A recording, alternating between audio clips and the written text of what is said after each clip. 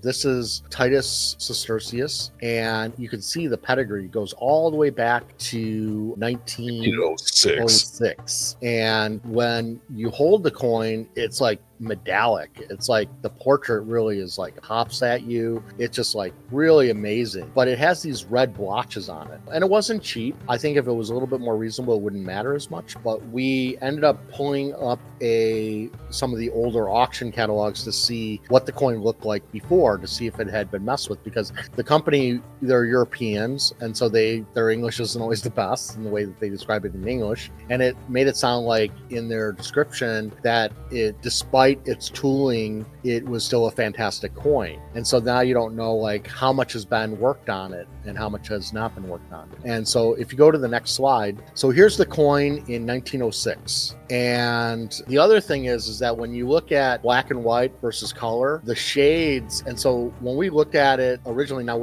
I'll show you some of the other ones, but we looked at the Bankloy version from 95, I think.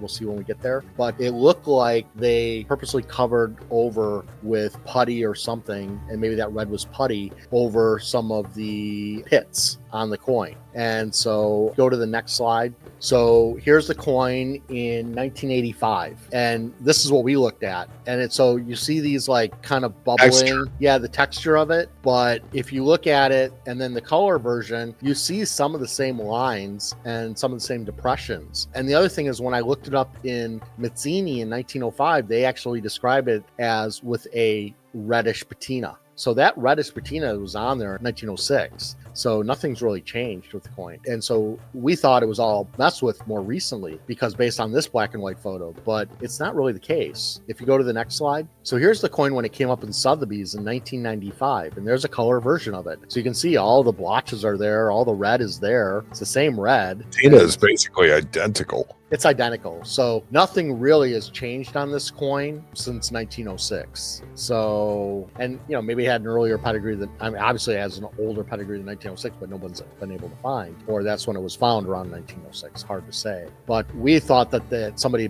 really had messed with the coin. And so after I'd gone back and researched this, I realized it was just the black and white photo and the shading that kind of like threw us off. Now that color could have been added. And the other thing too was, you know, David Vagey was showing a picture of this coin and he just said, oh, it's all smooth, and I wouldn't even grade it. And I think that would be a travesty too, because here's a coin that has a mile-long pedigree. It's a very, very pleasant coin in hand. If that red was applied, which it may have been, could it be taken off? And then the original surfaces are probably not that bad underneath. Or is that really the way it, I mean, that's the way the coins look since 1906. So if you go to the next slide. Now I have to say that the coin did go unsold in this auction. And so obviously people didn't like it for that reason, or it was just too expensive, one or two. So this is when the coin last came up in 1997 in the Italo Vecchi sale. And you can even see the depression in front of the chin in the black and white. You can see it in the color there too, but the black and white just makes it stand out a lot more because of the shading. You know, it's not like anything was done between, you know, 95 in Sotheby's and 97 with Vecchi.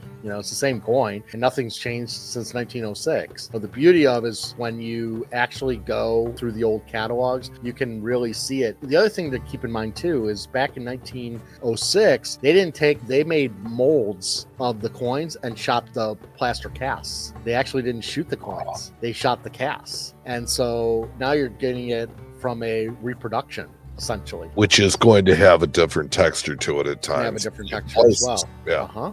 Yep. Now here, if you want to hit that link there and it'll bring up the video. Sure can. There you go. And hit play. And you're going to get this is at the show.